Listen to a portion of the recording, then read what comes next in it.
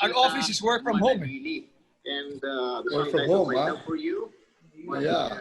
Well, yeah, that's true. Everybody's working.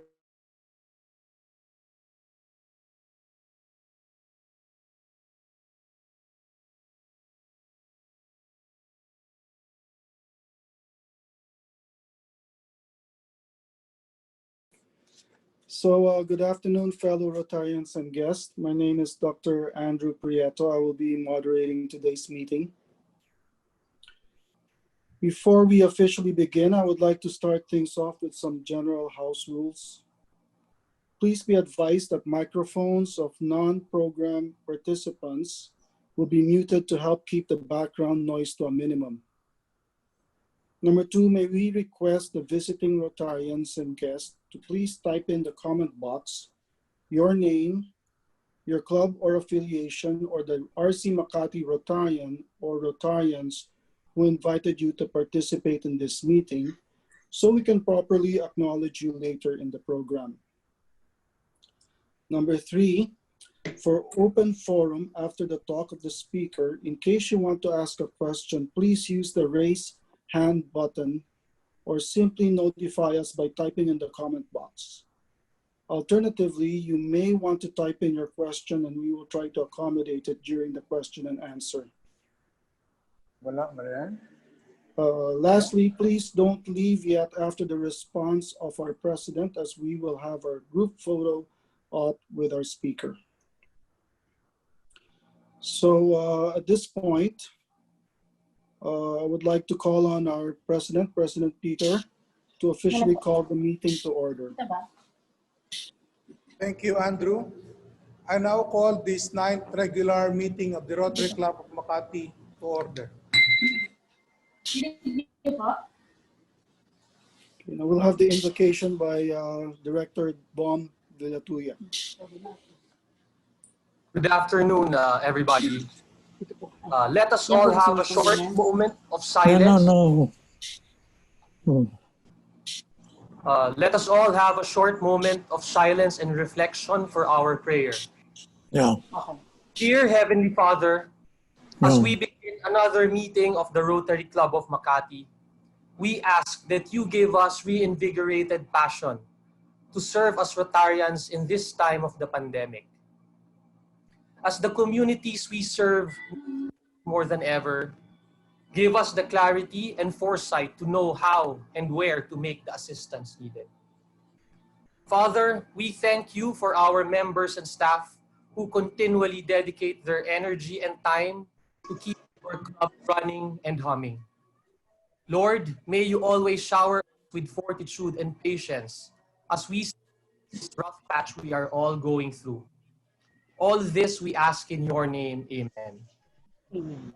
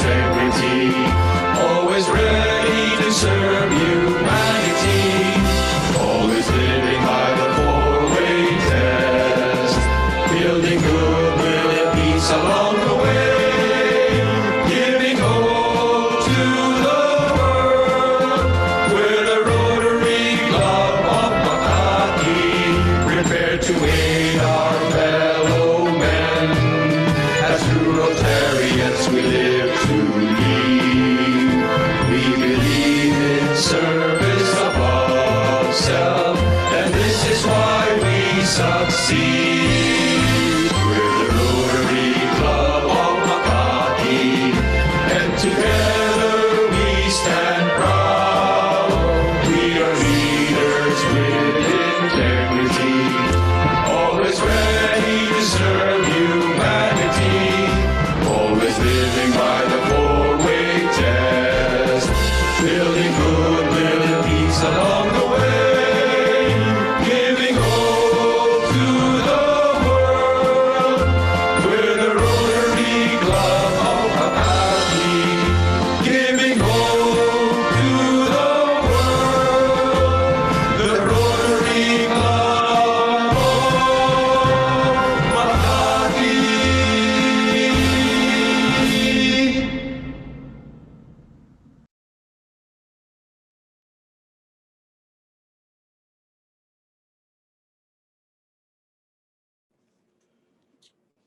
At this time, I would like to remind everyone about our four-way test of the things we think, say, or do. Number one, is it the truth? Number two, is it fair to all concerned? Number three, will it build goodwill and better friendships? And number four, will it be beneficial to all concerned? Now I'd like to ask Dr.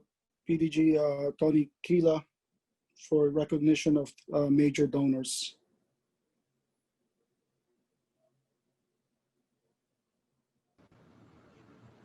Since our recipient, past President Carlo Rufino is not yet here, I would just do pinning to pin the Paul Harris Fellow pin on President Peter Manzano.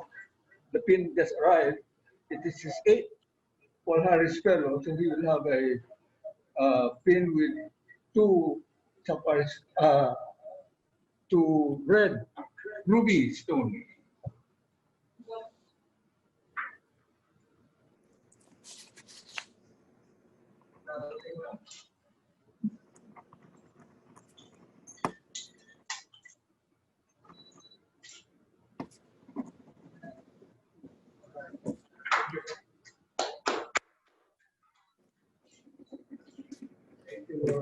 Thank you. So, Picky Carlo is on his way. We'll just do it later.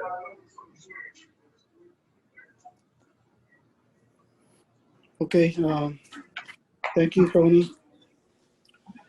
Now, would like to greet the birthday celebrants. September 16, Danny Buenaflor. Also September 16, George Drysdale. September 20, Sonny Tabunting Jr. And for our Rotary aunts, September 16, Ditas Antonina. September 17, Sharina Garcia. September 20, Ed Librea. September 21, Irene Tan. And we have one wedding anniversary, past President Felix and Tessie Amparo, September 17.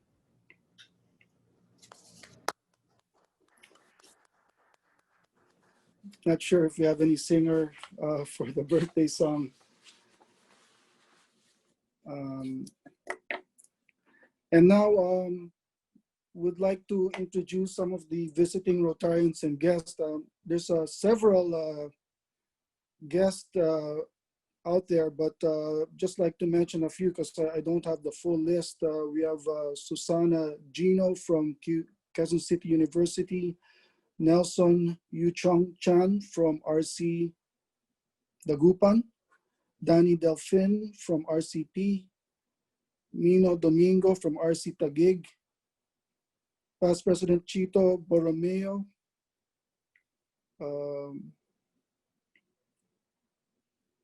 and Mark Wilhelm from Makati Southwest, Ms. Sheila Ignacio from RC Makati Rockwell. That's all I have, but I'm sure there's a lot of other guests, and welcome to the meeting.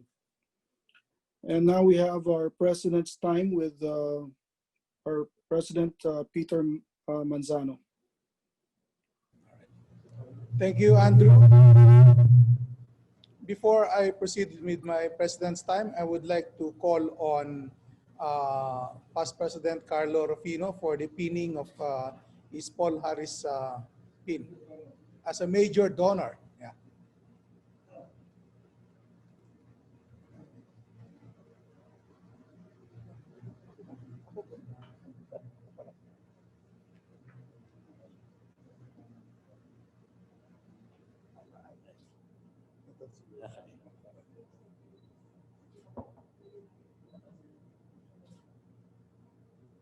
Thanks, Peter. Yeah, thank you very much.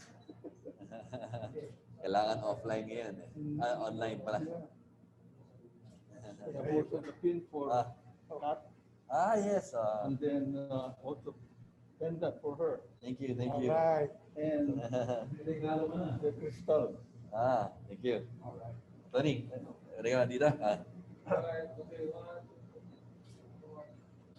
Thank you so much.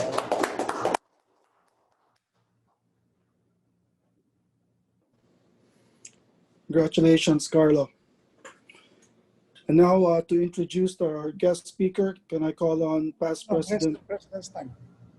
Oh, I'm sorry. We'll continue with the President's time. Sorry, President.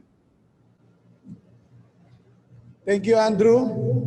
Again, thank you very much, PP Carlo Rufino, for being a major donor this Rotary year.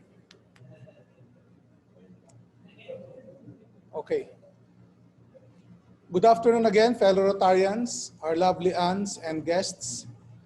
Before going through with my president's time, let us all have a moment of silence and remember past President Larry Boyer, who joined our creator last Sunday, and now with his lovely aunt, Terry Boyer.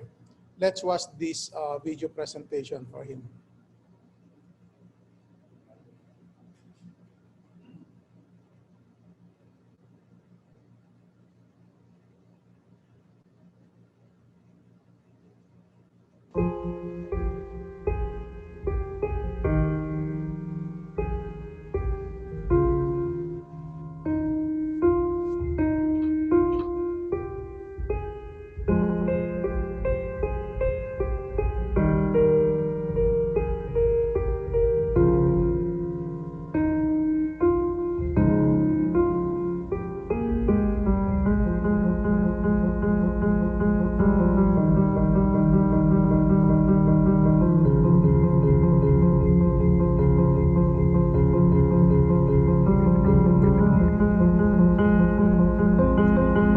Dito yun sa kanan, di ba?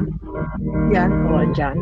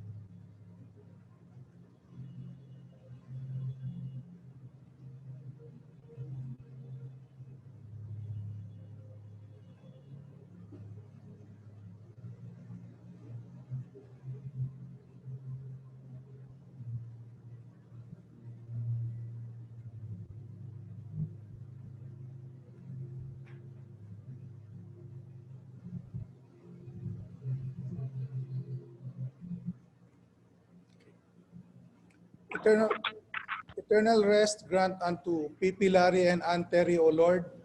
Let perpetual light shine upon them. May they rest in peace. Amen. Amen.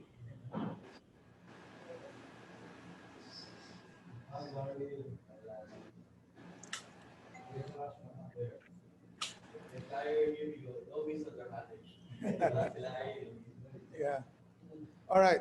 Here's my report for what we had last week and what's up for the coming weeks. First, 2 weeks ago, we signed a memorandum of agreement with the Parish Pastoral Council for responsible voting for a joint voter registration campaign with the blessings of the COMELEC. Next week, on September 22, we shall be signing another MOA with the participating Rotary clubs in our district to formalize our partnership in the project. Hopefully, we can get one of the COMELEC officials as our guest speaker to apprise us of the latest developments in the preparations for the May 2022 elections. Second, let us congratulate our Rotaractors for having received 11 club awards and 2 individual awards for their outstanding projects and activities given during the District Conference and Awards Night held on August 28 to 29. Certainly, they worked hard and deserve such honors. I'm hopeful that they will display the same hard work and excellence as we shall be tapping on them again as frontliners in our voters registration campaign. Once again, congratulations, our Rotaractors. Third, our campaign for contributions to the Rotary Foundation is gaining ground this early in the year, as it always does, thanks to PDG Tony Kila. PDG Tony has made it his mission to get as many of us adding to our annual giving to the TRF, the foundation that funds the humanitarian projects of Rotary clubs. Our roster of major donors has grown to 18 with the elevation of George Barcelon, PP Cesar Campos, and PP Carlo Rufino to major donor status. They join our major donors, PDG Peps Benson, PP Freddy Borromeo, Rotarian Cesar Cruz, PP Carlos Del Rosario, Director Mon Jokno, Rotarian Michael Escaler, PDG Sid Garcia, PP Rick Librea, PP Rene Limhoco, Rotarian June Lumagi, PDG Tony Kila, PP Charlie Rufino, PP Sani Tambunting Sr., Rotarian Johnson Tan, and past President Roland Diam. Also, during our induction ceremony last August 28, we presented 10 new Paul Harris Fellows. Rotarian Felix Ang, P. Louis Asioche, PDG Peps Benson, PDG Sid Garcia, Prid Paing Ichenova, Rotarian Wash Lu, IPP Bimbo Mills, and Rotarian Taba Samson, while baby Rotarians Teto Garcia and Harley Lianor are still starting their PHF count. To them, congratulations and thank you. Of course, I've also made a commitment to PDG Tony to add to my Paul Harris Fellow giving this year and become a major donor. So I enjoin all to keep our TRF giving status strong by becoming a Paul Harris Fellow or a major donor, or who knows, a member of the Elite Arc Clump Society, as did PP David and C. Pache Ackerman last year, or Prid Paing Echanova in 2011, and the late PDG Robert Kwan in 2014. PDG Robert is also credited with inviting 2 non-Rotarians philanthropist Angelo King and banker Frederick D. to become members of the AKS under the name of Rotary Club of Makati. We all know that because of the prevailing health crisis we're in, this year has been and still a challenge to our companies and professional practice. But I hope many, or at least some of us, will still give, assured that the Rotary Foundation is a cause worth our support. Relative to this, let us congratulate our PDG Sid Garcia on the success of the TRF Discovery Session held online last Saturday, September 12, which drew over 200 participants from District 3830. This is the second of PDG Sid's 3-year term as District Rotary Foundation Chair. We have committed to maintain our status as 100% EREY Club, or every Rotarian every year, with each member to donate a minimum of $25 contribution to the Rotary Foundation.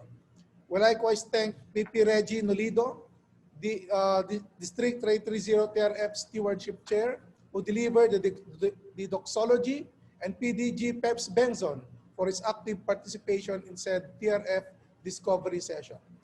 That's all I have for now. Thank you.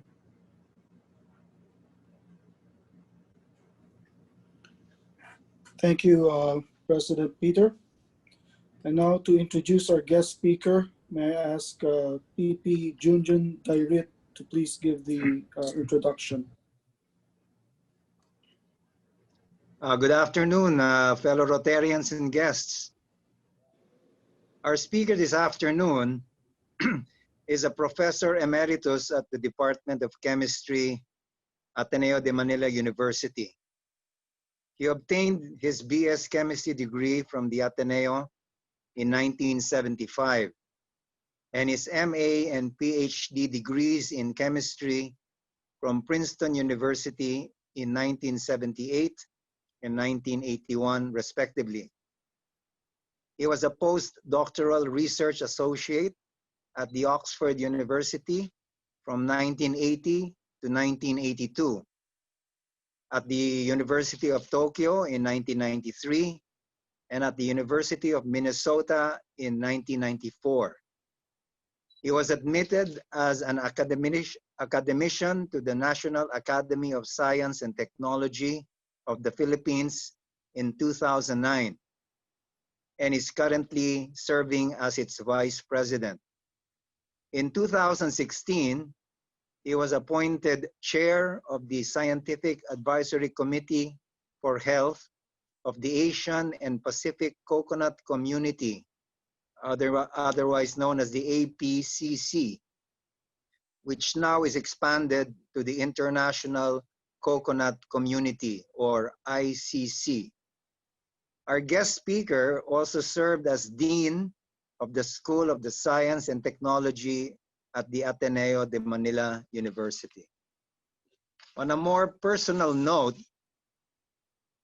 our guest speaker's nickname is Toby, but you would not guess that from his first name, which is Fabian.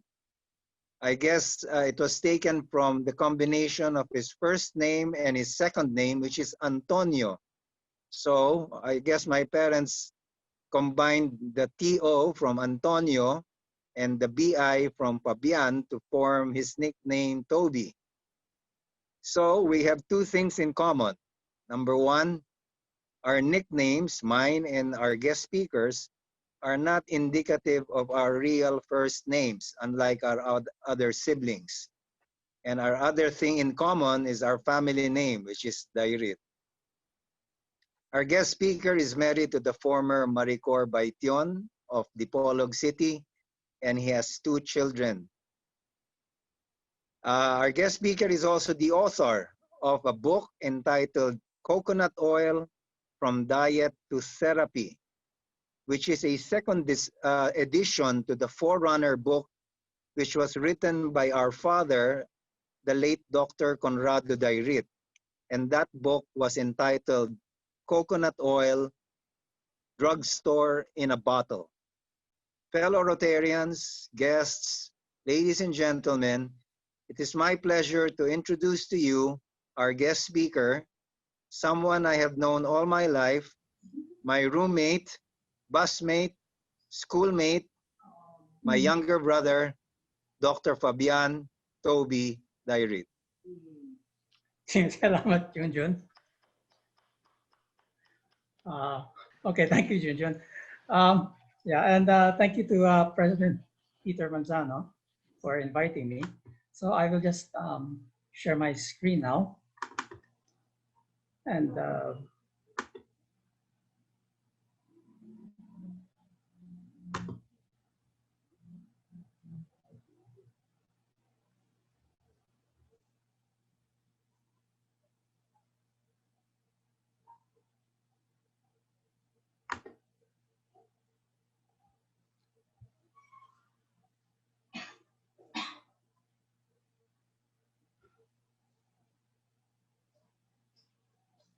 okay, can you see the slides?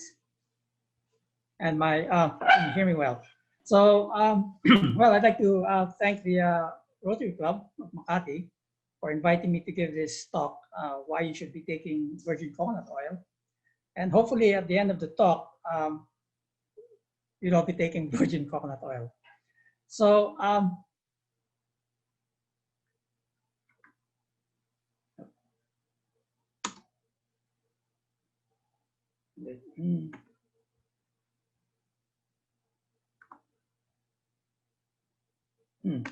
sorry, it doesn't want to move.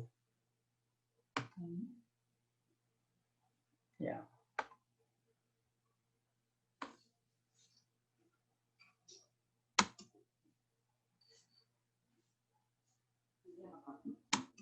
No. Actually, the slide doesn't want to move.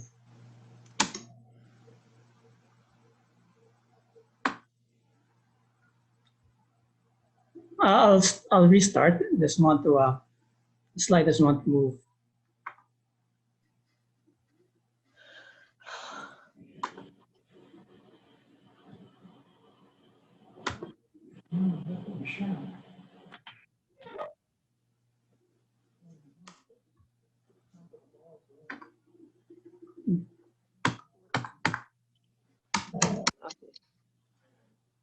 No quiere. Sir, if you have a mouse, Fabian Dayrit. You have a mouse. Yeah, maybe someone can. Yeah, okay. So I'll just tell you when to move the slide. So can you move one slide up again? Up. Yeah. One more slide up. Yeah, so this is just the outline. One slide up again.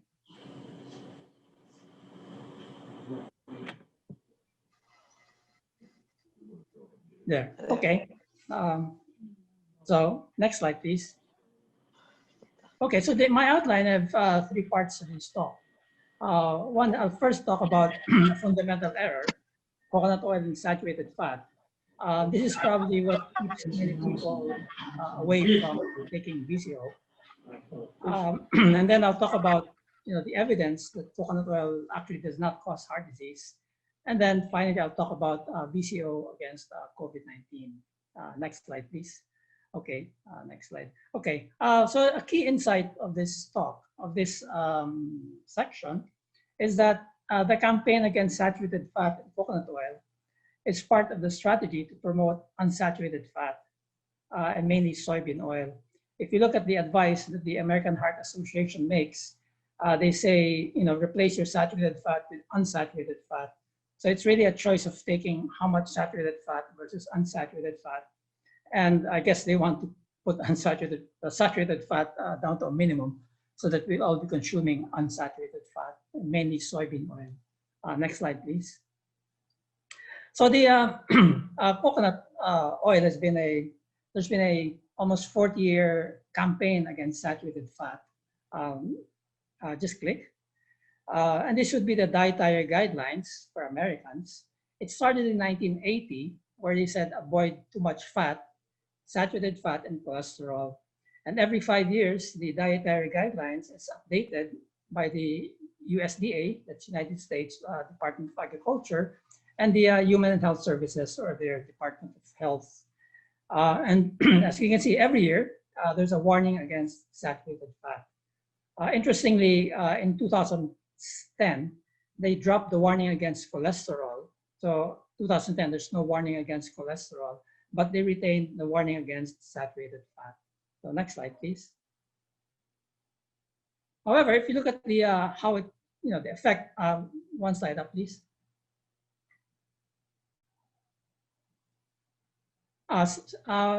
Previous slide. Previous slide.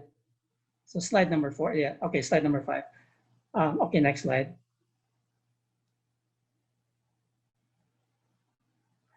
If you look at the evidence since of obesity in the U.S., you can see that starting interestingly in 1980, when the dietary guidelines was adopted, obesity in the U.S. started to increase. So, it would seem that the dietary guidelines has caused this obesity epidemic now engulfing the U.S. And now I think obesity is over 30%, and morbid obesity is even higher. So the total obesity is at about 70% in the U.S. Next slide. Now the dietary guidelines, one slide up, please. The dietary guidelines were meant to address heart disease. But if you look at the data, 1980, and then compare that to 2014, in 1980, and this is for those 65 years and over, so I guess that would be many of the members of the Rotary, number one ranked in cause of death was diseases of the heart or heart disease. In 2014, so that's almost 24 years after, 34 years after they launched the dietary guidelines, diseases of the heart is still number one. So I don't know whether the dietary guidelines have been successful in removing heart disease from the top causes of death in the US. Next slide. Now let's briefly talk about what are saturated fats. So just click, please. Since we're talking about saturated fats a lot, you can divide saturated fats into two types. You have medium chain fatty acids, which are fatty acids with 6 to 12 carbons, and please click. You have long chain fatty acids, which are C14 to C18, and these are all saturated. Of course, saturated fats have a bad name, but if you click again, saturated fats are actually chemically more stable against heat and oxidation. So if you're going to fry or use for cooking, saturated fats are actually more stable than unsaturated fats, such as corn oil, canola, and olive oil. And saturated fats are a source of cellular energy, in particular, the medium chain fatty acids. So those are the fatty acids on the upper left of the screen. Next slide, please. Now, medium chain fatty acids and long chain fatty acids have different metabolic properties. So just please click. Medium chain fatty acids are taken up by the mitochondria. So these are the energy cells, bodies in the cell, and converts them to energy. So in fact, some of the athletes, they take medium chain fatty acids for energy instead of, say, taking sugar. Please click again. On the other hand, long chain fatty acids are deposited in the fat cells, adipose tissue, and you can get fatty liver from having too much long chain fatty acids. So next slide, please. Now, so the question is coconut oil a saturated fat? Now, if you look at the data from the Codex Alimentarius, the Codex Alimentarius is the agency of the FAO, Food and Agriculture Organization, and WHO of the UN. And clearly, coconut oil is a saturated fat. The total amount of saturated fat is 93%. Next, click again. So clearly, coconut oil is a saturated fat. But in addition, please click. Cholesterol in coconut oil is negligible, and it has a lot of phytosterols. And phytosterols have been said to be good because they replace the absorption of cholesterol in the body. So what about the so-called animal fats? So let's look at lard or pork fat. So is pork fat a saturated fat? Now, if you look at the, if you listen to what they say animal fats are saturated fats. So this is data from the USDA nutrient database. And if you please click.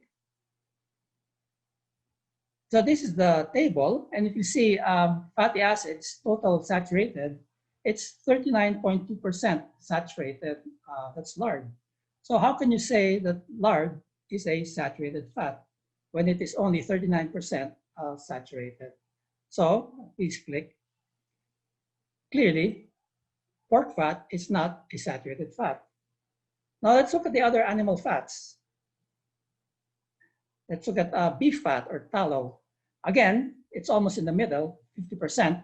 49.8% would be total saturated with a large amount of cholesterol. They both, lard and tallow have both large amount of cholesterol. So you put it in the middle, so you would say tallow is not clearly a saturated fat. Now let's look at butter. So again, from the database, it's 51% saturated, and 215 milligrams per 100 grams of butter. So that's slightly beyond 50%, but clearly you wouldn't say that this is a clear saturated fat. So again, if you click, I wouldn't say that something at 50% would be a saturated fat. So next slide, please.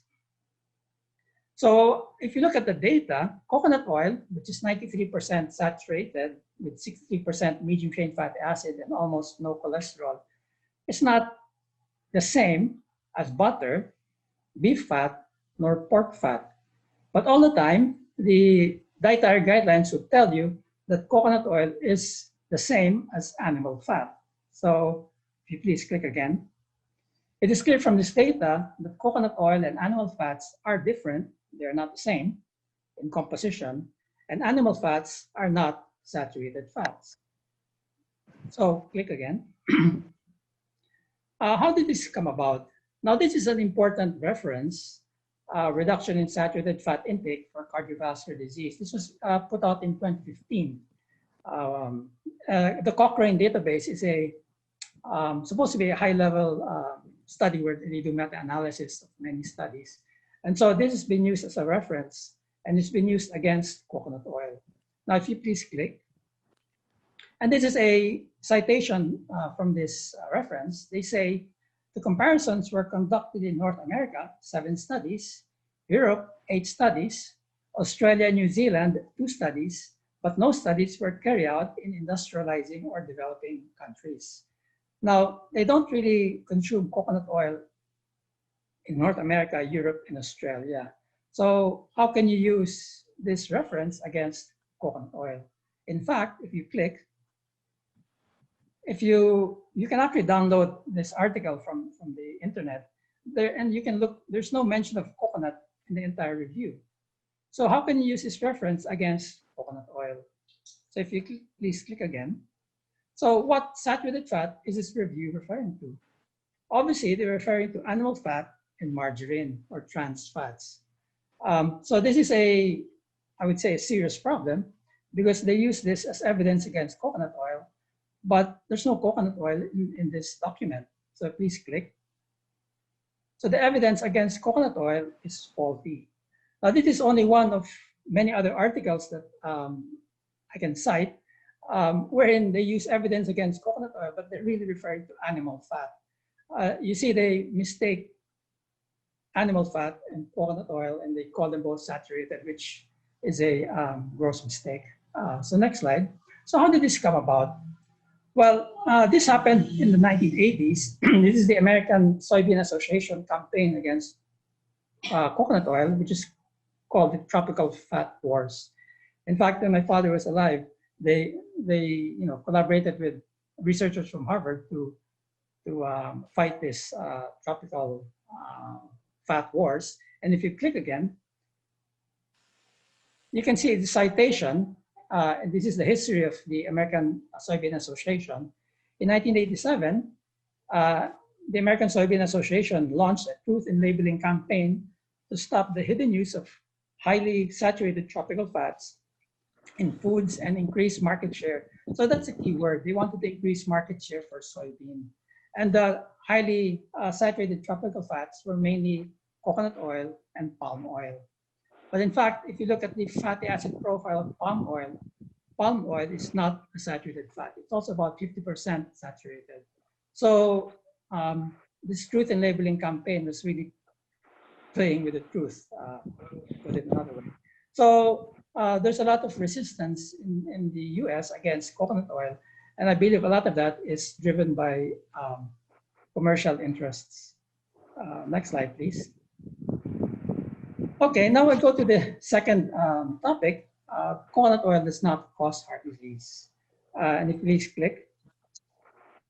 A key insight here is if coconut oil causes heart disease, why were the coconut consuming countries not suffering from heart disease? And here I put an asterisk on the word because today the Western diet has permeated a lot of countries, so the consumption of coconut has dropped. But the data I will show you clearly shows that when people were consuming a lot of coconut, there was no heart disease. And as you can see from the US, there's a lot of heart disease there, and that's not due to coconut. So this is a important study. It was done in 1981. So this was, before a lot of these other problems came up. Title is Cholesterol, Coconuts, and Diet on Polynesian Atolls, a Natural Experiment, the Puka Puka and Tokelau Island Studies. Now, Puka Puka and Tokelau, if you can locate it on the map, are among the most isolated islands in the South Pacific. So their diet was really coconut and taro. And it's called a natural experiment because at this time, many of the Polynesians were migrating to New Zealand. So Ian Pryor, who was based in Singapore, saw it as an experiment to see how their diet would change their health. And in 1981, he reported, and there's data on the amount of coconut they took. So in the table, you can see that the people in Puka Puka took 34% of their fat energy as coconut, and in Tokelau it was 63%. So quite a lot of coconut. And yet they concluded that vascular disease is uncommon in both populations, and there is no evidence of the high saturated fat intake having a harmful effect in these populations. So here's a population that actually consumes coconut, and there is no heart disease. If you click to the next slide, please. Now, this is another, it's actually a follow-up of that previous study, and I call it the validation of the Puka Puka and Tokelau Island studies. This is a WHO document, 2003. And in this document, they said in Rarotonga, in 1957, fat provided 42% of energy. Over 64% of the fat came from coconut cream, indicating that Polynesians and Micronesians may have consistently consumed a diet high in fat, in particular coconut. And click again, please. However, in 1998, it was determined that people were 2.2 times more likely to be obese and 2.4 times more likely to be diabetic if they ate imported fats than if they ate traditional fat sources. In other words, during this time when their diet was being westernized, they were becoming obese and diabetic. Sounds very similar to what's happened in the US, being obese and diabetic. So here you can see almost a tracing through history how the health is deteriorated as people move from coconut to a Western diet. Next slide, please. Next slide, yes. Now, closer to home, this is a study done in 1987 by Florentino and Aguinaldo, Diet and Cardiovascular Disease in the Philippines. This is a nationwide study, and we all know that people in Bicol take the most amount of coconut. So if you look at the top table, it's 28.7%, I think, of their fat intake is from coconut. This would be grated coconut milk. However, even with that high coconut intake, the amount of myocardial infarction or heart disease was relatively low, and atherosclerosis was low. So here we have local data that in fact supports the position that coconut oil does not cause heart disease. Next slide, please. Now, we say that they say that coconut oil coconut oil raises HDL, which is high density lipoproteins, or the good cholesterol. These are just 5 articles of many other articles. And if you just look at the titles, it says, daily consumption of VCO increases HDL cholesterol levels in healthy volunteers. On the top right, coconut oil increases HDL as well as decreases weight circumference and body mass. So those who are on the diet can take coconut oil. The one below it, effect of hypoenergetic diet combined with consumption in overweight women. So it's useful for that. The study on the lower left, a randomized trial of coconut oil, olive oil, or butter on blood lipids is an interesting study because this study was done at Cambridge University in 2018. This is part of, I don't know if you heard this BBC challenge where they took coconut. And this researchers compared coconut oil, olive oil, and butter and looked at their HDL and LDL profiles. And in fact, they showed that coconut oil performed even better than olive oil. And then the lower article shows VCO is good against inflammation. And then click. However, if you look at the articles and announcements, and maybe the medical professional would know, the American Heart Association talks only about LDL. So they claim, but coconut raises LDL, ignoring that HDL and LDL are both important parts of the lipid profile. In fact, those who take coconut oil have better HDL over LDL ratios than not taking coconut oil. So if say your doctor tells you, but coconut oil raises LDL, you should ask them to measure the ratio of HDL over LDL. Next slide, please. Now, this is another interesting article, 2016. The author, Lawrence Ayers, is Australian, I believe, or New Zealand, and actually he's not a fan of coconut. So he did this study to try to show or prove that coconut oil caused heart disease. And well, he had to conclude that observational evidence suggests that consumption of coconut flesh or squeezed coconut in the context of traditional dietary patterns does not lead to adverse cardiovascular outcomes. So he had to admit that coconut does not cause heart disease. And I emphasize squeezed coconut because, if you please click, squeezed coconut is nothing more than VCO. So he didn't like to mention VCO in the article, so he called it squeezed coconut. So that's sort of a backsided compliment. Don't call it VCO because that would come out in the keyword. Call it squeezed coconut. And if you click again, the remainder of this abstract says, however, due to large differences in dietary and lifestyle patterns, these findings cannot be applied to a typical Western diet. In other words, you're saying, well, coconut's nice, but we can't take it in the West. And if you please click. So I think we should ask them, well, we don't have olives in the tropics, so why are you telling us to take the Mediterranean diet? Can you apply it to a tropical diet? So we can actually turn the tables on them. They claim that the Mediterranean diet is the best diet in the world.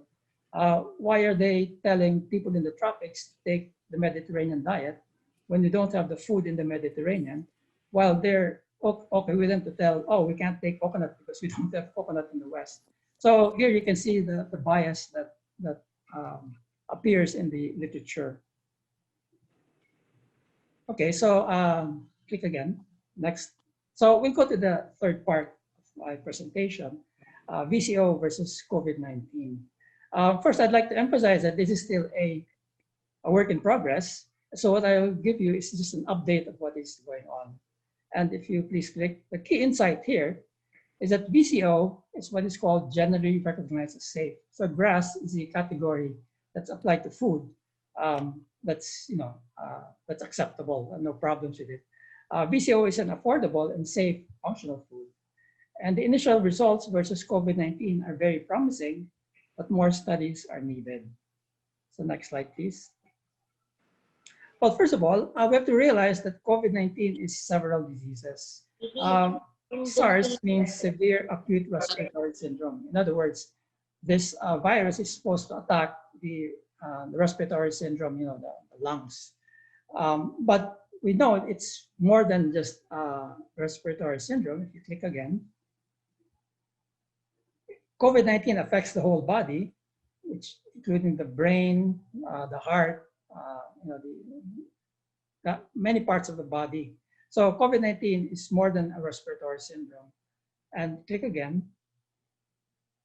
COVID-19 is also an inflammatory disease. So it causes what is called a cytokine storm when the body overreacts and becomes call it hyperinflammation, I guess. So if you click again. So to address this, we have antivirals, we have immunomodulatory agents, as well as anti-inflammatories. You click again. So we need these three components. And the pharmaceutical strategy against COVID-19 is first to do antiviral drugs Unfortunately, there are no antiviral drugs against COVID-19 itself. So what they're doing is that they are repurposing existing drugs and trying it on COVID-19. So you have remdesivir, which was made, I think, for SARS-1, and now they're using it for trying it for COVID-19. Immunomodulatory, I guess the prime candidate here would be vaccines. Vaccines are really there to help the immune system protect itself against the virus. And you have anti-inflammatories to prevent well, inflammation, the cytokine storm. And if you click again, well, the antiviral drugs are expensive. Remdesivir itself is very expensive, $2,000 to $3,000. And what it does is just lessens your stay by about 20%, stay in the hospital. Vaccines are still under development and, of course, may be expensive, but anti-inflammatories are relatively cheap. So if you click again. So what about PCO versus viral diseases? Is it antiviral, immunomodulatory, and anti-inflammatory? Now, what I will show you would be a combination of some initial studies we have done, as well as studies which have been done in the literature against other viruses. So click again, please. Now, first of all, just understand that the fatty acid, this is the fatty acid profile of coconut oil. It has these fatty acids, and the main fatty acid of interest is lauric acid, C12, which is about half of coconut oil.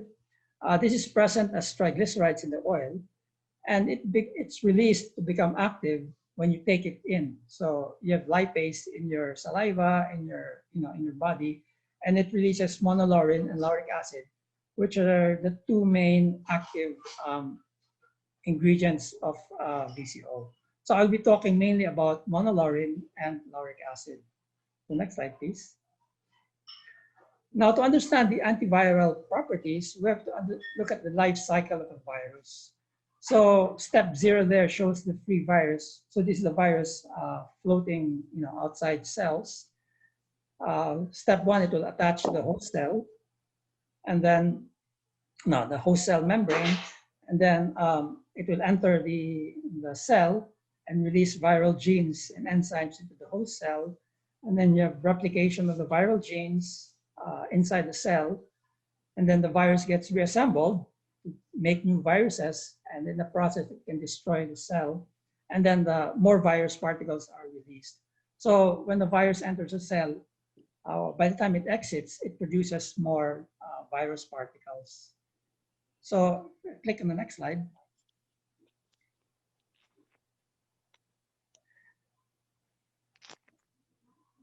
Next slide, please. Now, I will talk about the in vitro activity of monolaurin and lauric acid against SARS-CoV-2. Now, this is an in vitro study which we actually did ourselves. So these are results from the study that we did. Now, the first VCO, we were able to show that VCO has virucidal activity. Monolaurin and lauric acid showed 60 to 90% virucidal activity against SARS-CoV-2 at low virus concentrations. In other words, it doesn't work if the virus concentration is high, but it works when the virus concentration is low. In other words, the activity of monolaurin and lauric acid, I guess I would say it's mild activity, mild antiviral activity.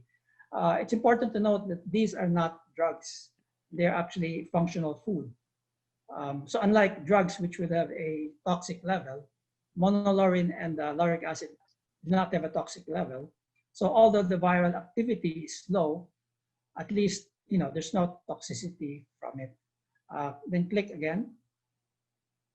There's a second place where these two compounds, shown to work.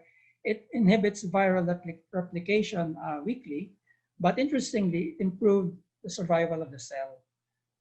So overall, this is a summary of how the in vitro study that we did, the results against SARS-CoV-2, that it is antiviral activity, although it's weak, and second, it is able to inhibit viral replication also weakly, but improves cell survival. So overall, I would say that it's active, but not exceedingly active. Next slide, please. However, and this is another interesting aspect, the immune system has two parts: the innate immunity and adaptive immunity. The innate immunity would be like your border guards who are always there, and then if there's an attack, then you sound the alarm, and then the adaptive immunity kicks in. So adaptive immunity happens when there is an attack of a virus. And what's important here, of course, you want to improve the concentration or the performance of these antiviral components. Next slide, please. And from the literature, it shows that monolaurin, and these are literature studies on other viruses, not yet on SARS-CoV-2. Monolaurin and VCO increases T cell concentration, and VCO also increases CD4 and CD8 levels. Now, these were done on other viruses, but it gives us promise and hope that perhaps this would be active also against, work in the same way against COVID-19. Next slide, please.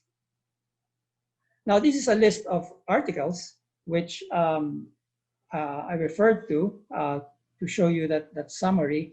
So there's quite a number of articles on in vitro studies, animal studies, and clinical studies showing the activity of lauric acid, monolaurin, and VCO against different conditions, but basically all immunomodulatory. Next slide, please. And the highlighted parts are the upregulated of the adaptive immune system. So we want to strengthen the adaptive immune system, and the references on other viruses show that indeed VCO and lauric acid and monolaurin upregulate the adaptive immune system. Next slide, please. Now, the third aspect of interest is anti-inflammatory. And there are quite a number of articles that show that VCO is anti-inflammatory. So these are 5 articles showing the anti-inflammatory properties of virgin coconut oil. Now, the anti-inflammatory activity is a complex, it actually interacts with the immune system part, but there's evidence that VCO might be able to help with being an anti-inflammatory agent. Next slide, please. Now, I'd like to share with you this report from the Cebu Provincial Detention and Rehabilitation Center. This is a Cebu Provincial Jail. This jail is famous for the prisoners that danced, I think, during Christmas. What happened here was in April, there was an outbreak of COVID-19 in the jail, and the jail warden contacted a, next slide, a doctor, Mondehar, who, next slide please, who we devised a protocol to feed VCO to 20 inmates. So I did not, well, I was not in Cebu, but I coordinated with Dr. Roy Mondehar. This is the data sheet that we prepared for each patient, for each inmate. So their consumption of VCO was tracked every day, and whatever, their temperature and so forth. So it was a well-documented intervention.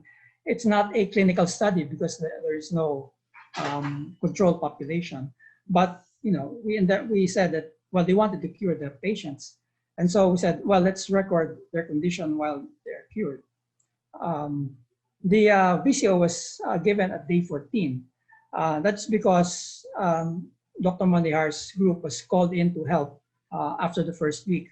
So it's only after then that they implemented the VCO. And so if you click on the next slide. Yeah, next slide, please. So I'll just summarize the results of the 20 inmate patients.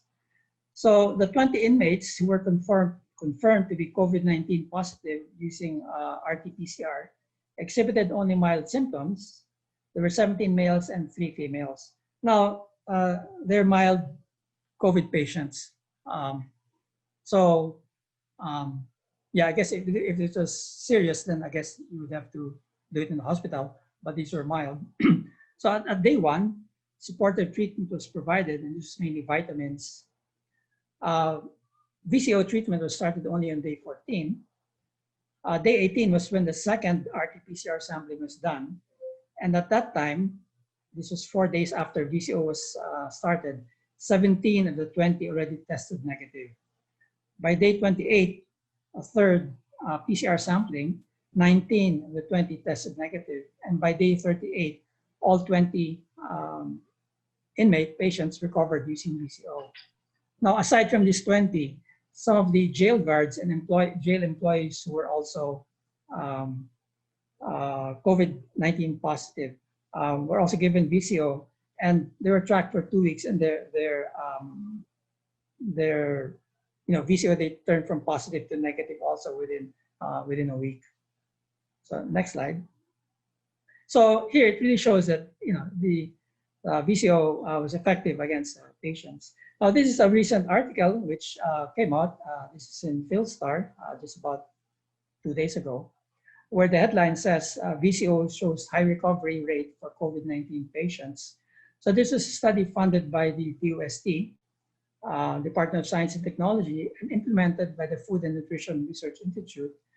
They gave VCO as a food supplement to COVID-19 cases in Santa Rosa, Laguna. And they've reported that it shows a high recovery rate. They've not completed the study, but they seem confident enough to say that the patients whom they treated, they have to treat, I think, 59 or, well, almost 55 or 60 patients. So the study is not yet done. But so far, they've had 100% recovery in the trials.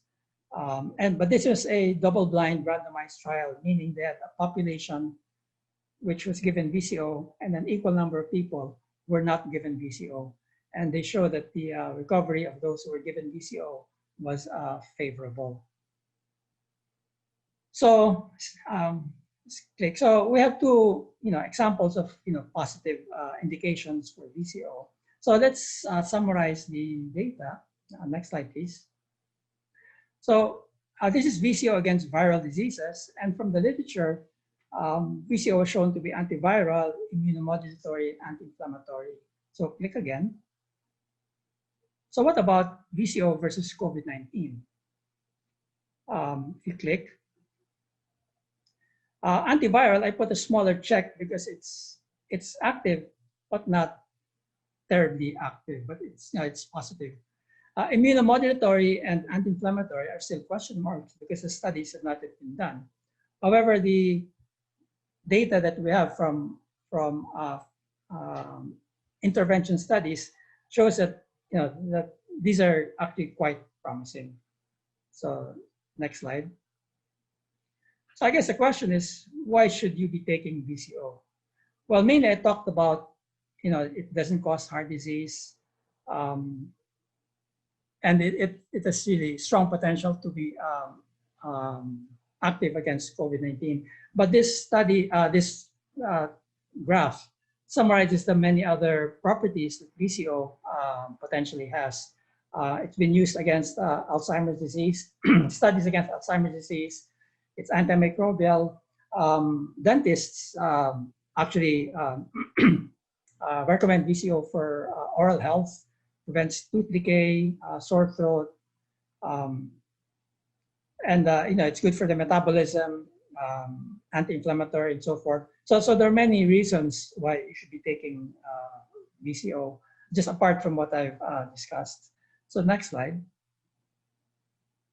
But more than just taking VCO, why we should support the coconut industry. Well, the coconut is a key post-COVID resource. We're all talking about what will happen post-COVID, and I think we should consider coconut as a key resource that we should develop after this COVID pandemic. First of all, coconut support farmers, so it will help with poverty alleviation. Coconut trees can be grown with other crops, so you can do intercropping. the coconut is a healthy diet. Coconuts can be processed into numerous food and other industrial products. The graph I show on the right shows you that the many products that you can get from coconut, all the way from biodiesel to oleochemicals to cooking oil, activated charcoal, VCO, coconut milk, nata de coco, coconut water, and of course you can eat it. The coconut is consumed all over the world in culinary dishes. So truly, coconut tree is our tree of life. So just click on the last slide. So why should you be taking virgin coconut oil? Well, hopefully I convinced you that there's a fundamental error in the accusation against coconut oil and saturated fat. Coconut oil does not cause heart disease. At least it doesn't cause heart disease in people who take coconut. And VCO has really strong potential against COVID-19. So on that note, I thank you for your attention, and I'll be happy to answer your questions.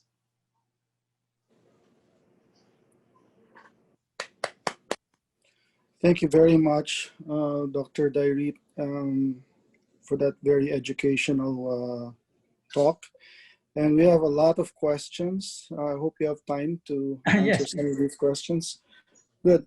So far, there's 10 questions in the chat room. So without further ado, I'd like to start with some of these questions. From Cosette, may I know the difference between a regular VCO and a cold-pressed VCO? There are three ways of making VCO. You can do expeller, centrifuge, and fermentation.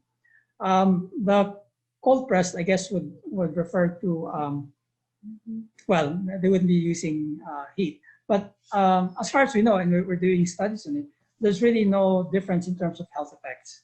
The difference would be in the taste and, of course, the quality of the processing. So the different ways of manufacturing, making VCO from fresh coconut meat affects the mouthfeel and the taste slightly. But in terms of health effects, they would be the same. Okay. What would be the recommended dosage of VCO each day, and what time or times of the day should it be taken from Director Louis? Yeah, our recommendation is to take 1 tablespoon with or after every meal. So a total of 3 tablespoons a day. The reason for that is VCO is also a source of energy. So it won't stay in your system long because your body will eventually metabolize it for energy. So if you take it after every meal, then you'd be taking it about every 4 hours. And it's actually been measured. The lifetime of lauric acid in the bloodstream has been measured. So after every meal is good. So about 3 tablespoons a day, one with or after every meal. Thank you. Another one here from Tess Salayon. I'm from Bicol and we are used to cooking with gata. Is it okay to do this every day? Sure, yeah. But in fact, the study of Florentino was exactly that. Coconut meat contains about 30 to 35% coconut oil. So if you use lots of coconut meat to make your gata, then you're actually be consuming coconut oil as well. Plus, coconut meat has some proteins which are also beneficial. So certainly, cooking with gata is really good, and it's nice. Yeah. What is the difference between VCO and MCT oil? Which one should we take and in what quantities? Well, MCT oil, there are 2 kinds of MCT oil. The MCT oil that is sold in the US is mainly C8 and C10. So 2 of the fatty acids. There's a product made here, Laurin, which has C8, C10, and C12. These are industrially produced, but they're also healthy forms. VCO would be your natural form. Now, if you have I guess the thing with VCO is you still have about 30% long chain fatty acids. If you have a serious problem with fatty liver, then you might opt to take the MCT oil because you still have the 30% of long chain fatty acids. But if you're sort of normal and without any health problems, VCO is sufficient. Now the MCT oil is specifically used also for Alzheimer's. So if you're afraid of Alzheimer's, you could take some of that and maybe mix it up with VCO. From PP Joe Alejandro, what should we look for in the usual specification listed in the bottled VCOs? What particular of the specific items to look for? Well, they all generally, I mean, the FDA has rules about what you can put label. Now, everything beyond that would be promotional. So, well, basically, for me, all types of VCO are health-wise are the same. They really differ in the quality, in other words, the shelf life, as well as the taste. So, yeah, I guess look for a brand that suits your taste and stick with it. But they should be the same, regardless of the brand. Okay, thank you. How about the health benefits of cocoa nectar versus VCO or VCM? Yeah. Well, cocoa nectar is quite different. It's taken from the sap, so it doesn't have the coconut oil constituents. It has other things, but I'm not that familiar with it. But they're not the same thing. Okay, I think you answered this, but with several bottled VCOs on sale, which are the best or better ones that you would recommend? Yeah, no, I don't want to. I don't want to endorse a product. Okay. Yeah. No, I think. Yeah, maybe it's like look for a brand that suits your taste and yeah. Okay. What brand of VCO in drugstores are authentic and pure? I don't know.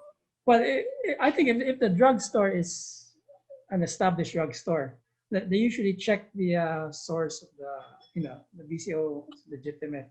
So I would buy from established drugstores, and well, there are a number of brands which are quite established. So I would just stick with those. Okay. Are there foods which will negate the good values of VCO if taken together, such as yellow ginger, bitter gourd juice? As far as I know, not really.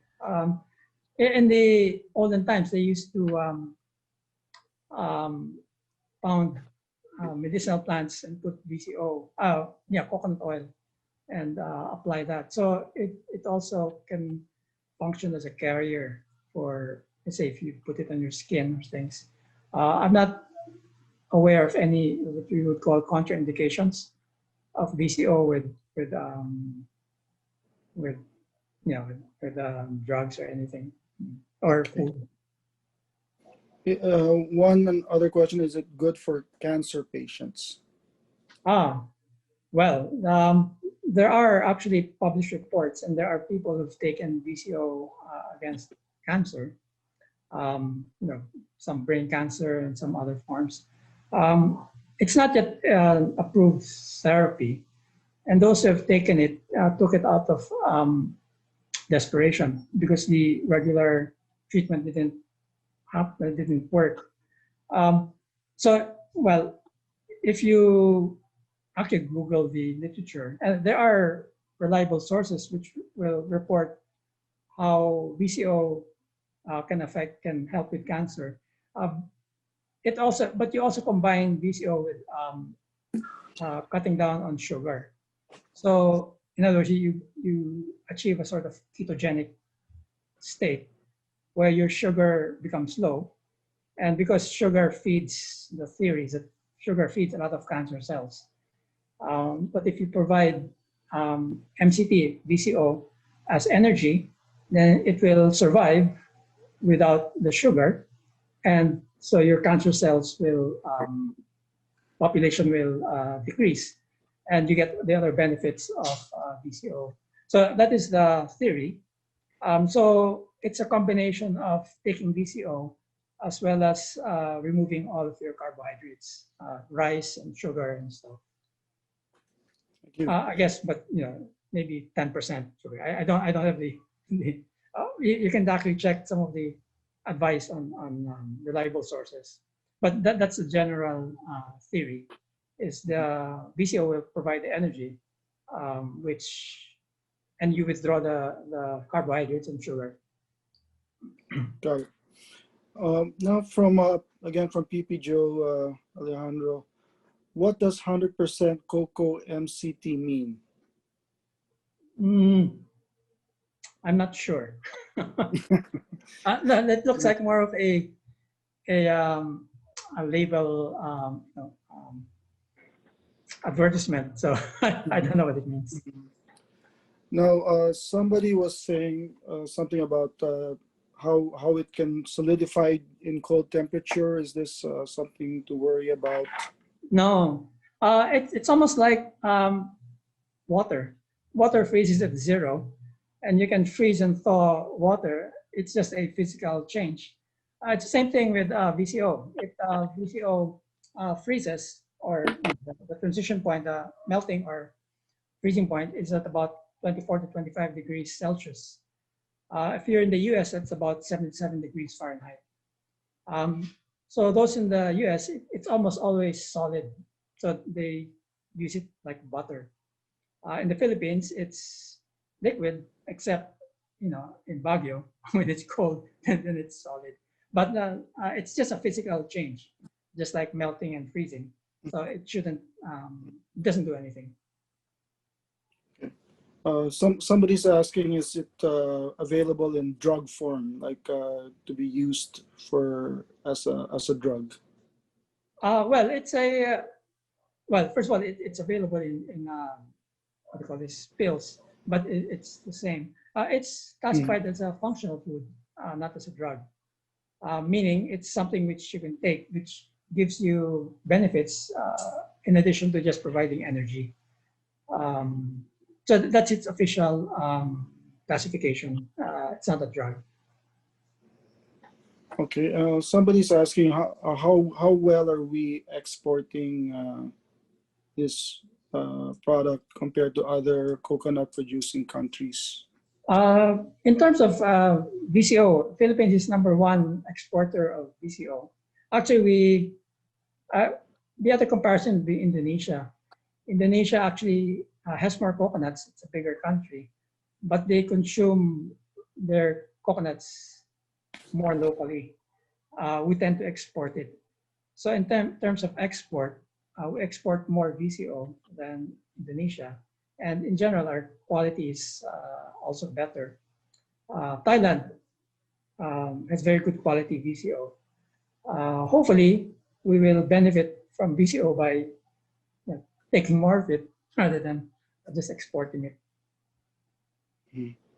Thank you. I think that's all of the questions from the chat room, but does anybody want to voice out a question? George Yes. Barcelon. Hi, George. Go ahead. Hi, Dr. Toby Dayrit. Nice seeing you.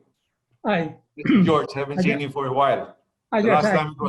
last time we saw each other was in Malacanang. Yeah. I was taking. Yeah.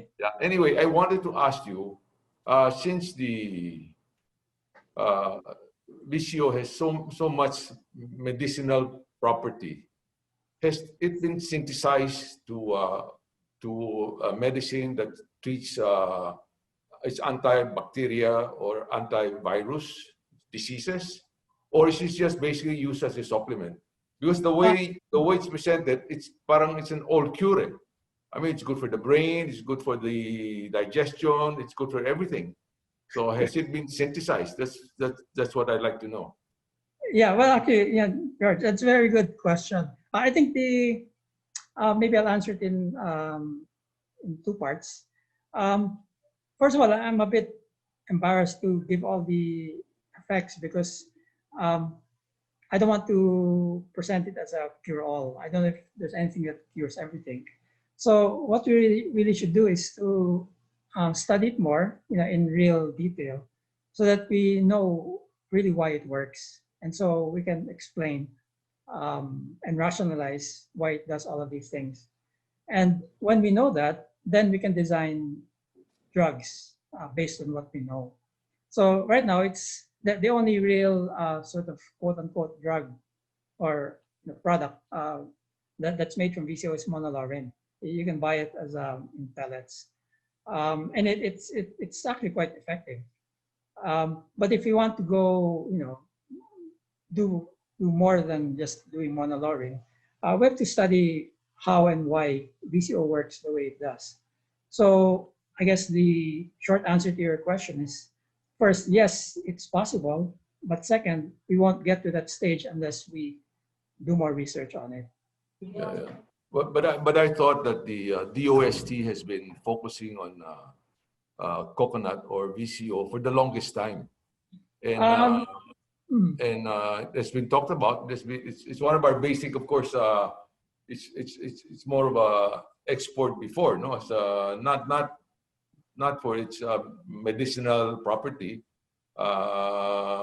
So, I mean, based on your knowledge, how long has serious studies been made on VCO? Well, I think when you say serious, you mean really detailed biochemical and physiological studies, including medical. If you check the number of clinical studies that have been done on coconut and VCO, it's actually not very much. So I would say that the DOST has been the most supportive of coconut. Yes. But the amount of support you need, it's like if you compare the amount of support you've given to VCO versus how much support you give to a drug company, it's like 5% of what's needed. Okay. I have talked to touch base with Secretary Boyd de la Peña, and he's quite positive about VCO. But in my mind, I was just thinking, what's in VCO, the properties of VCO that makes it so unique? And are we registering our test with WHO that we are first phase clinical, and then from here on, what are the parameters, and then we go second phase? Or is this just anecdotal? Well, actually, yeah, the studies, it's only DOST that's done studies on VCO. They funded 2 clinical studies. The first one is the one I mentioned, the one by FNRI. The second one is the one that's supposed to be done in PGH on COVID patients, but that hasn't really started yet, or it's still in the initial stages. So it's true that DOST has been the most supportive of our government agencies in terms of research, but the amount that's needed is more support is needed. Thank you very much. Yeah, thank you. Nice seeing you. Thank you very much. Okay, let me try to clean up some other questions from the chat room. From PP Fred Pascual, are there any ongoing scientific research activities to test the health benefits from VCO, particularly its anti-inflammatory and anti-COVID-19 effects? Well, the 2 clinical studies were specifically anti-COVID. The in vitro study we did was also anti-COVID. So those are 3 studies which have been funded by DOST, specifically on COVID. Regarding the anti-inflammatory, there are a few studies. Well, some of them have been more dermatological because there's a lot of use of coconut oil topically against dermatological conditions. Yeah, but I think the amount of well, what we need is a more systematic approach to it. So we would have a roadmap of the proposed mechanisms by which coconut and its components work, and then we do that systematically. And that would include anti-inflammatory studies. Actually, anti-inflammation and immune system are very complicated. They're related. They're very complicated, things. So yes, that's actually a good strategy to take. But we haven't been doing it. Okay, thank you. I think we only have time for one or two more questions. So one question was, can it be mixed with foods and drinks instead of taken like with as a tablespoon? Oh yeah. In fact, many people take it with. Some people take it with their coffee. You can actually put it in your rice. Sometimes if you have brown rice, which is hard, and my wife does is you put VCO in it, actually softens the rice. So it's coconut. I mean, you can cook with coconut. So certainly you can put VCO in your food. Cereal. So, okay, sorry, two more questions real quick. Can it cause fatty liver? If you take too much, it still has about 30% long chain fat.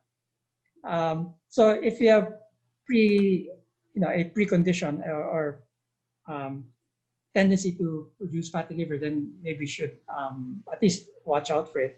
But I don't know whether it's that common. And if you limit it to about 3 tablespoons, I don't think that would be something of concern. Andrew, yes.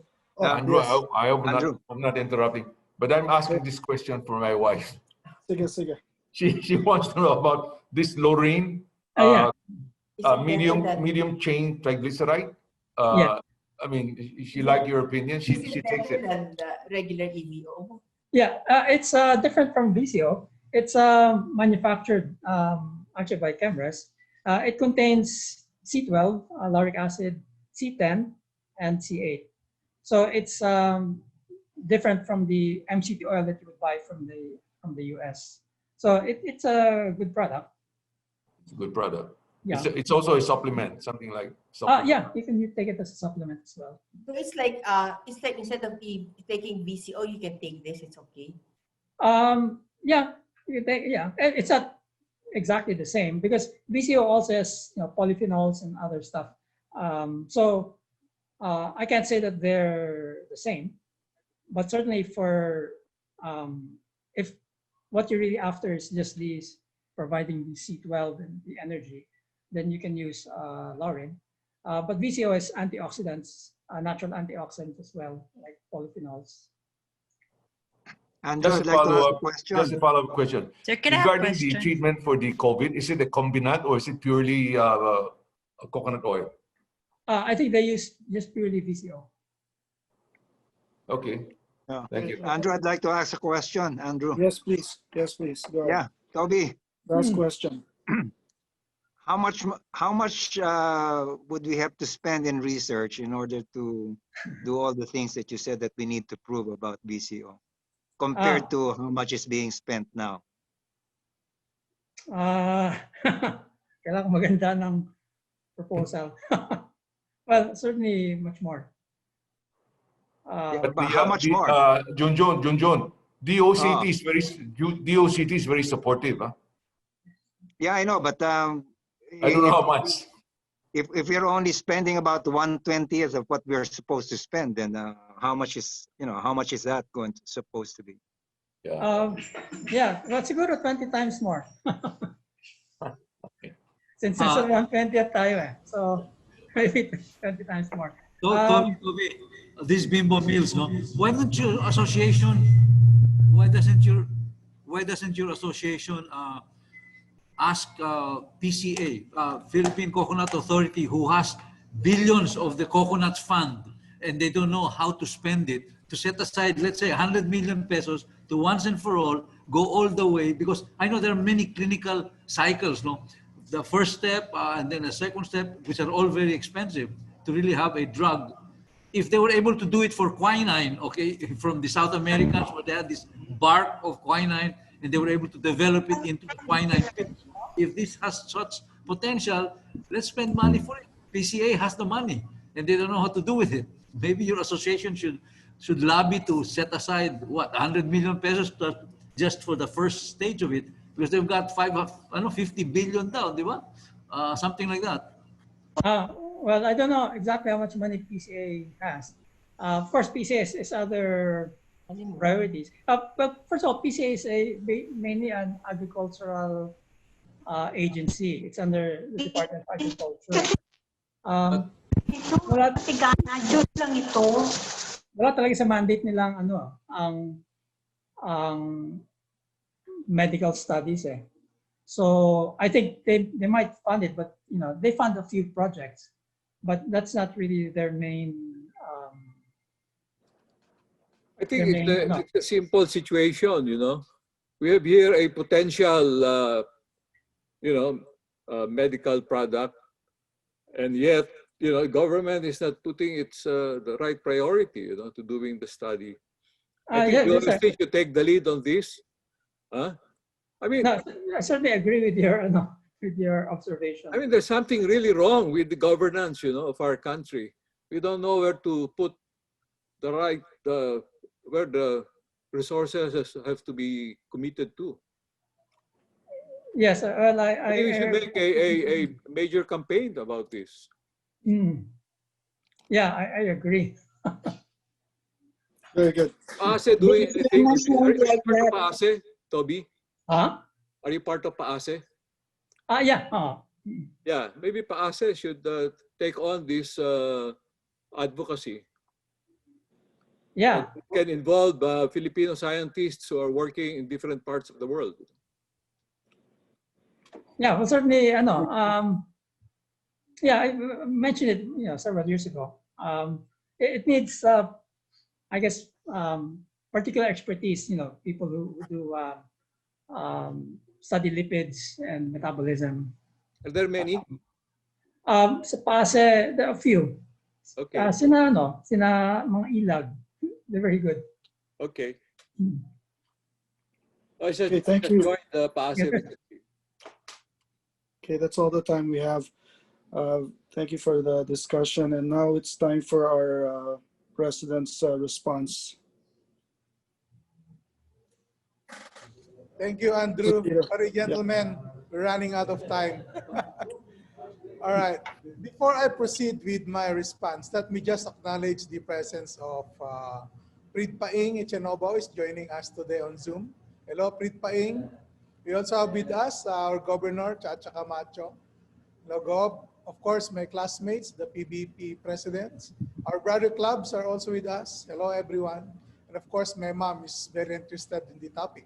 So, hi, Mom.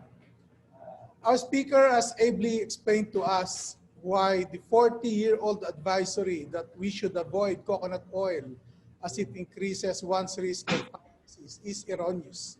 He has shown to us evidence which has been available for many years, as well as more recent studies that coconut oil does not cause heart disease, and it is in fact one of the healthiest oils in the world. He has described the studies that support the potential of virgin coconut oil as an antiviral, immunomodulatory, and anti-inflammatory agent against COVID-19. This is truly a revolutionary and life-changing study. Dr. Dayrit and his group have been quietly doing their part to fight the COVID-19 pandemic, finding solutions, or at least trying to ease its ill effects on the frontliners and the populace. Reports of the first 3 clinical trials on COVID-19 patients show that VCO is a very promising supplement for COVID treatment. Though the experiments on using VCO as a supplement can increase the immune system of an individual could be considered anecdotal for now, still these findings are commendable, something that complements the ongoing studies of the DOST and other scientific research groups. If I'm not mistaken, it was about 16 years ago when I first heard an eminent doctor and scientist, talk about the benefits of virgin coconut oil. That was Dr. Conrado Dayrit, known as the father of VCO, and the father of our speaker and of our past president, Conrado Dayrit III. It is truly heartwarming and inspiring that our speaker continued on with the research and the life work of his father. Hopefully, we shall be reaping the fruits of their lifelong research and study in the near future. This is something we can all be proud of as Filipinos. We just hope the government can provide the necessary funding to pursue further research on this, not just on it as a very promising cure to the COVID-19, but likewise as a supplement that increases one's immune system that allows us to live a healthy and happy life. Besides, we're talking about an oil coming from the tree of life.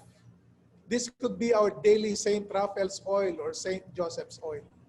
So, on behalf of the Rotary Club of Makati, our lovely aunts, our district governor, Chacha Camacho, and the other Rotarians from the different Rotary clubs in our district, especially again to my classmates, our Rotaractors, and all the other guests in attendance, please accept our heartfelt gratitude for taking time in sharing with us your insights today. Once again, thank you, Dr. Fabian Dayrit. Thank you very much. Thank you. You're welcome. Of course, as a token of our appreciation, we'll be sending to you over our 50th coffee table book, containing our 50 years of community service and fellowship, and together with our bottle of red wine to enjoy while going through the pages of our book. Thank you very much, Dr. Dayrit. Thank you. You're welcome. Thank you. Okay, I think we have a photo up before we adjourn. Yeah.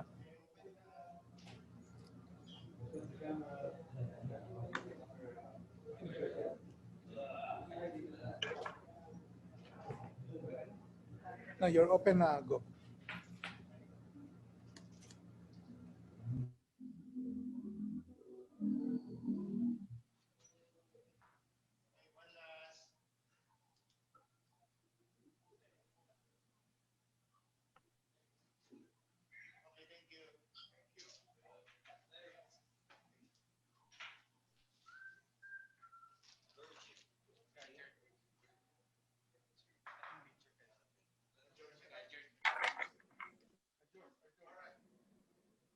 Okay, I think at this point, can you close our meeting, Peter, President Peter?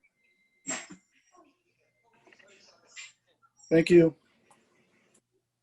Okay, thank you. Again, Bye, this everyone. 9th regular meeting of the Rotary Club of Makati is hereby adjourned. Thank you very much, gentlemen. Thank you. Okay, thank you. Thank you. Thank you. Maraming salamat po sa inyong lahat. Salamat.